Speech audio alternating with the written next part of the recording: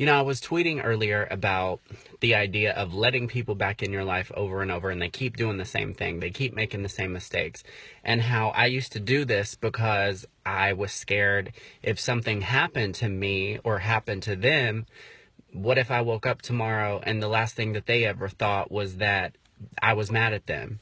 And what I realized was I'm not helping the person by always forgiving them before they're even sorry. I realized letting people continually back in your life and continuing relationships because you're scared of what life will be like without them.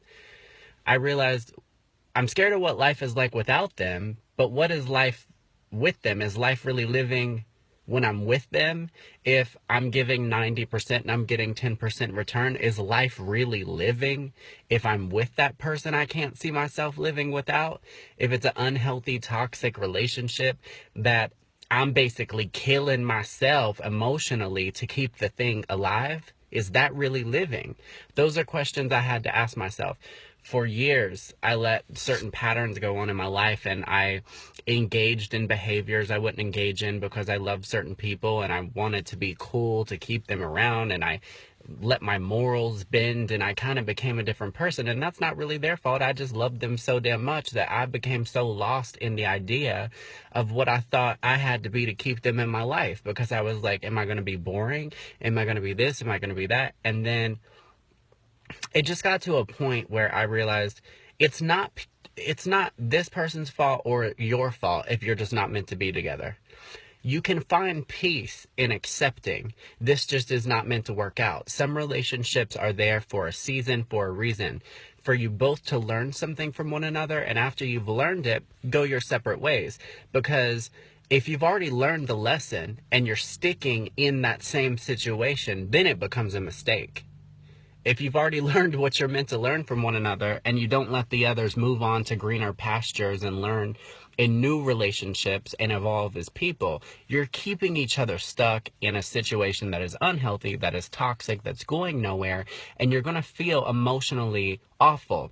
When your bad days are more often than your good days in a relationship, and the good days start to feel like a holiday. You know how like Christmas comes once a year, or St. Patrick's Day? Some people are like, but the good days keep me holding on. Well, if those good days feel like holidays, it's time to take a holiday from the relationship. It's time to take a permanent vacation from it. That's no way to live.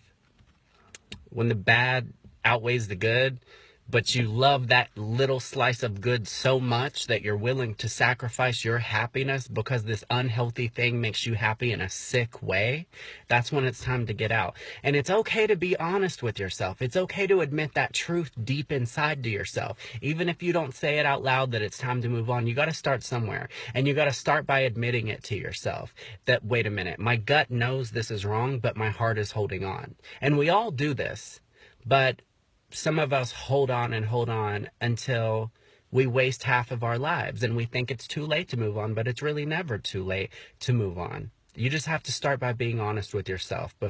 Before you can openly admit it to the person, if you're so scared to death, start with little by little, just acknowledging that your mind knows what your heart is not willing to admit.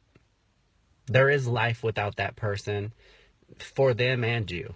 And half the time, that's the crazy thing. We can picture that person being happy without us. We just can't picture ourselves happy without them.